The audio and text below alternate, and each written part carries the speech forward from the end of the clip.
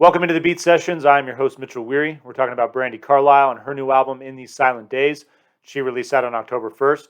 This is studio album number 7 for Brandi, follows 2018's By the Way, I Forgive You, a marvelous record. 3 Grammy wins, 6 nominations in total, a ton of other accolades, all very well deserved. Brilliant record if you haven't checked it out. And you can go back to 2005, her self-titled debut album. Brandi hasn't made a bad record. She's 7 out of 7 in my opinion so far. I just don't think she has it in her to make bad music. And it's why I love introducing people to her music, is that you can basically start anywhere in her catalog. It just doesn't matter. And it's been a very rare occasion when I've shown people a few songs and they haven't been hooked into wanting to listen to the rest of her music. And she's had quite a prolific output as well in 16 years. 7 studio albums, a lot of stuff outside of her own music. She just produced Tanya Tucker's comeback record, While I'm Living. And then she's part of this super group, the Highwomen. They put out a record in 2019 as well. Both those projects very solid. It really basically took COVID to slow her down. She retreated like all of us did, started writing this record through all of that stuff. And what I love about this record is that it is a reflection on the times. She's a powerful lyricist, but this isn't going to be a record that is ephemeral. She's one of those people, and she talks about it in the Apple Music intro to the album, that she wants people to think when they listen to her music. And it's just one of those things, you pop her on and you can't help but ponder and reflect on the things that she's saying. And that's what makes her so unique. And that's what makes a great artist, in my opinion. I feel like, especially these days, there's a lot going on where I feel like you see artists trying to lead you in a certain direction, manipulation to a certain point. And frankly, I'd call that propaganda.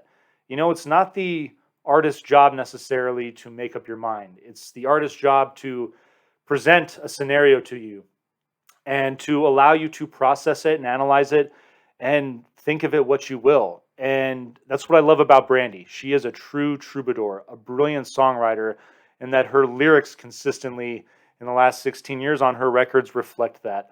And her music, I'm just so fond of it as well. I would say, for the sake of having some type of context, Americana is the genre that we're working with. But no matter what she's drawing on, and she draws on just about everything, there's just this great country element that's really driving pretty much all of her music. It's very subtle at times. It's almost not even there on some songs. But, there's this inflection in her voice. There's this cadence that it really just works so well with that country genre. And so I love that element of her music. It's one of my favorite things about her.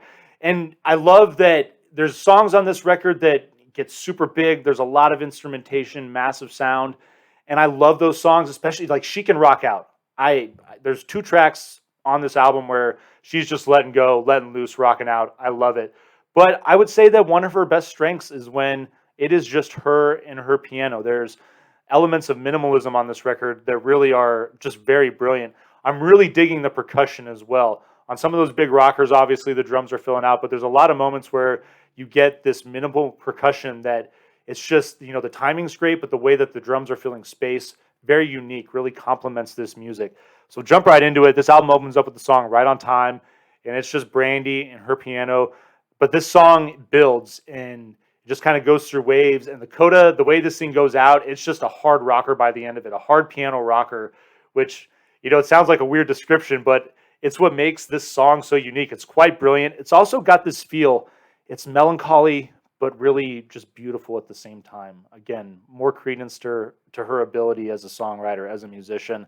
Your second track, You and Me on the Rock, really just light, breezy acoustic guitar riff driving this song. Reminded me a lot of Joni Mitchell when I listened to it. And This Time Tomorrow, acoustic ballad. It's got this really just gospel folk element to it that's quite excellent. Gentle bass drum that's driving the speed of that song. It's got this medium tempo to it, but talk about some of that simplicity. It's really nicely done. Then it goes into Broken Horses, your 4th track. This is arguably one of my favorite songs of the year so far, and she's just rocking so hard on this thing. This is just outlaw country blues rocking out. This is a fine track. I definitely suggest listening to this if you don't listen to anything else on this record. Your 5th track, Letter to the Past, just another example of her and her piano to start off with.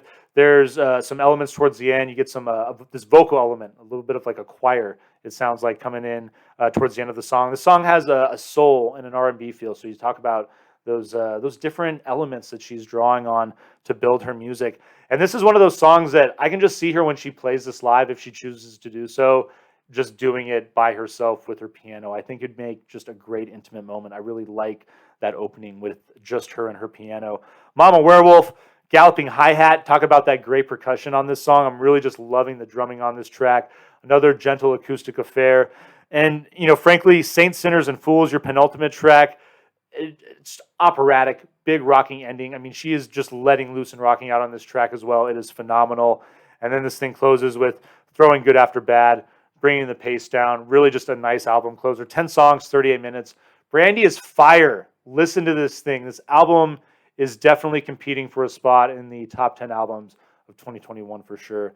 Really enjoyed this project a lot. And I hope you enjoy this review and enjoy listening to this album as well. Please like this video, share it, subscribe to the channel. Stay tuned for more album reviews throughout the week. We'll see you next time on the Beat Sessions.